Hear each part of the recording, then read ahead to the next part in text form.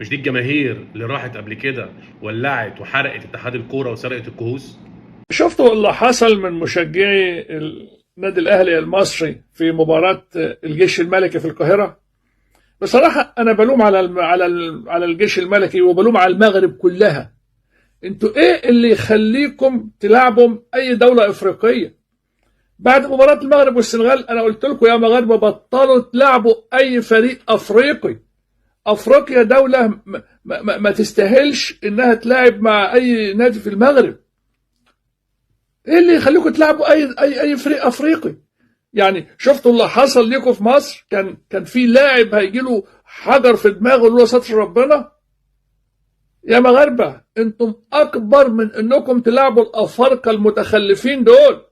اذا كانت مصر او غير مصر، كل الدول الافريقيه، كل الانديه الافريقيه متخلفين جهله. انديه ودول.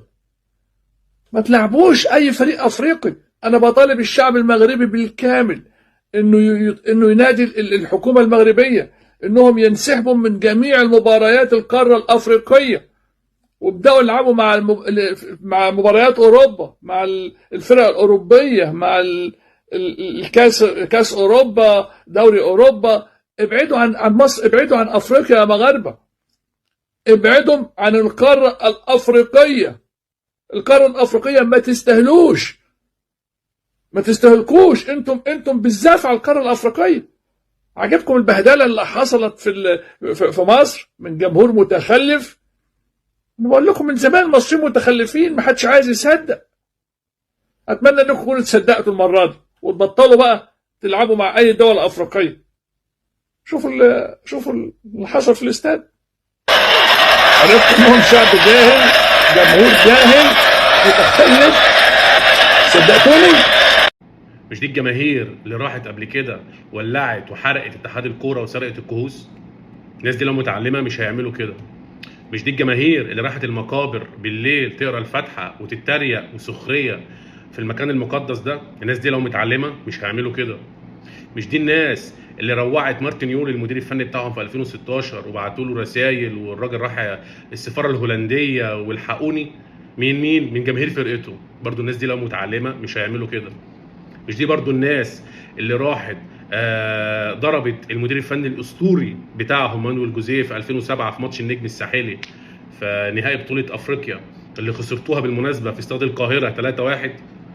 ضربوا مانويل جوزيه وخدوا الكاس وضربوا لعيبه النجم ومظهر اعوذ بالله من غضب الله. اللي مش مصدقني ممكن ابعت له الفيديوهات. الناس دي لو متعلمه برضو مش هيعملوا كده. مش دي برضو الناس اللي ولعت في مشجع لنادي الزمالك في 2008 في استاد القاهره الصاله المغطاه في كره السله؟ برضو الناس دي لو متعلمه مش هتعمل كده. مش دي الناس اللي راحت اقتحمت فرع النادي بتاعهم في مدينه نصر وضربوا لاعيبتهم حسام غالي وعمرو جمال وعماد متعب؟ الناس دي برضو لو متعلمه مش هتعمل كده.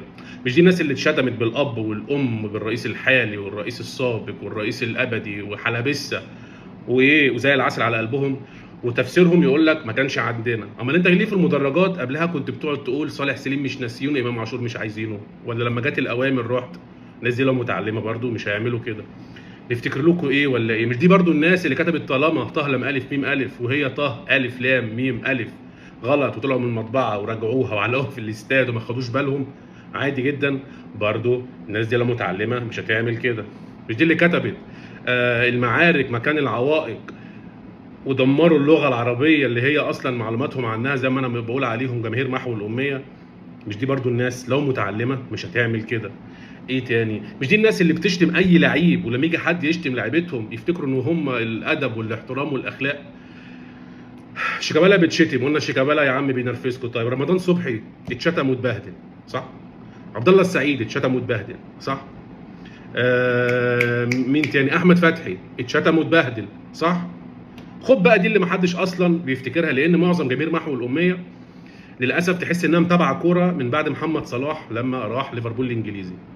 فاكر لما احمد حسام ميدو كان في اياكس امستردام واتفق مع اياكس يجي يلعب مع الاهلي اعتقد في 2003 ولا 2002 في استاد القاهره، واحمد حسام اتشتم برضه. احمد حسام اللي جايب لك الماتش جايب لك اياكس امستردام اتشتم في استاد القاهره ووالدته قاعده في المدرجات. دي الجماهير يا جدعان اللي زي ما الراجل قال التعليم شيء مهم في الحياه. بيشتموا طوب الارض ويتريقوا على طوب الارض، لكن لما يجي حد يعمل زيهم ما ينفعش. بيفكروني طبعا بنقطه الكهربائي اللي كان ناس كتير سالتني عليها، اللي يقول لك واحد قاعد على قهوه فبقول لواحد صاحبه الحق مراتك بتدخلك مع الكهربائي، التاني راح متشملل كده وعمل كده وايه واتحزق قوي، ولا لا طلع لك كهربائي ولا يعرف حاجه في الكهرباء. جايبين وحي والاميه يا جماعه بعد اذنكم. يعني لو انا كلامي انت مش مصدقه، فيديوهات موجوده، اقتحام مقر اتحاد الكره وسيره الكؤوس موجوده، مارتن يول في 2016 موجود، جوزيه في 2007 موجود، لما ولعت في مشجع نادي الزمالك في 2008 موجود. بلاويكوا كتير بلاويكوا كتير وعايشين في دور الوطنيه وانتوا عليا النعمه. يعني اللي حصل يا جماعه النهارده من جمهور الاهلي مش في صالح الاهلي. جماعه انا مش فاهمه بجد، مش فاهمه. يعني الجماهير النهارده كانت بتفكر في ايه؟ جماعه اقل حاجه هناخدها، اقل واجب ماتشين ايقاف بدون جمهور، ده اقل واجب. انتوا عارفين مجموعتنا ايه؟ جماعه احنا هنقابل سان داونز، الترجي ونهضه البركان. يعني تخيلوا احنا هناخد ماتشين، تخيلوا لو بدانا بسان داونز. طب الذهاب مش فارقالي، الاياب هنعمل بيها ايه؟ جماعه احنا عندنا عقده من سان داونز عشان بس نكون صراحه. يعني احنا منا وفينا وكده، تمام؟ احنا عندنا عقده من سان داونز. تخيلوا بدون جمهور، احنا اصلا بجمهور كنا بنخسر. تخيلوا بدون جمهور ايه اللي هيحصل؟ بجد فكروا معايا كده، ايه اللي هيحصل؟ هنشيل والله. مش فاهمه الجمهور النهارده كان بيفكر في ايه. احنا اللي خسرانين النهارده على فكره. الجمهور اللي عمله ده النهارده خاصه بالنادي الاهلي. انت يعني ما اثرتش بحد بالسلب غير علينا احنا. لنا الله في اللي جاي. انا اصلا خايفه نبدا بصن داونز، تبقى خربت بالنسبه لي. جماعه انا متعصبه بجد من اللي حصل من الجمهور النهارده، وهو ده الوحيد اللي يعني انا مش عايزه اقول هيخرب بيت الاهلي. الجيش الملكي المغربي لعب اليوم مباراة مهمة أمام الأهلي المصري، نادي الأهلي المصري. لولا استماتة لاعبين الجيش الملكي لفازوا نادي الأهلي المصري على الجيش الملكي بواحدة ونص. وتعالى بص يا اسطى يا باش مهندس يا بيه. لكن الجيش الملكي كانوا رجال، كانوا في المستوى حاضرين ذهنيا مركزين. لم تغريهم، لم يلتفتوا إلى هزة خصر أو كذا، فركزوا على المباراة وقاتلوا إلى آخر دقيقة. تمكنوا أنهم يجيبوا نقطة مهمة من قلب الأهلي المصري، ويعني تعزز حظوظهم للتأهل إلى الربع النهائي. فبرافو برافو الجيش الملكي، كنتم رجال، برافو، وإن شاء الله مسيرة موفقة.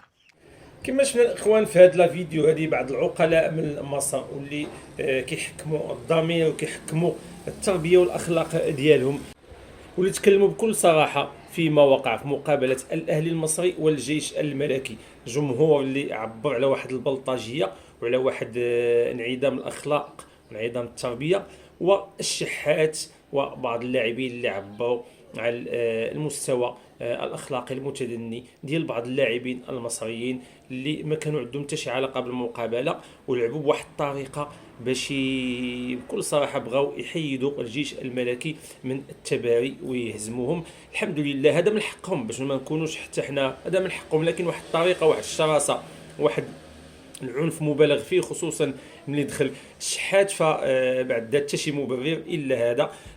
وفي الجهه الاخرى شبيبه القبائل اللي عطى المقابله للخصم منهزم 3-0 لان ما عنده حتى شي مصلحه في الانتصار او التعادل. المصلحه ديالو هو اقصاء منتخب او فريق مغربي اللي هو الجيش الملكي. تحيه لكل مغربي حر غايو على الارض وعلى الوطن.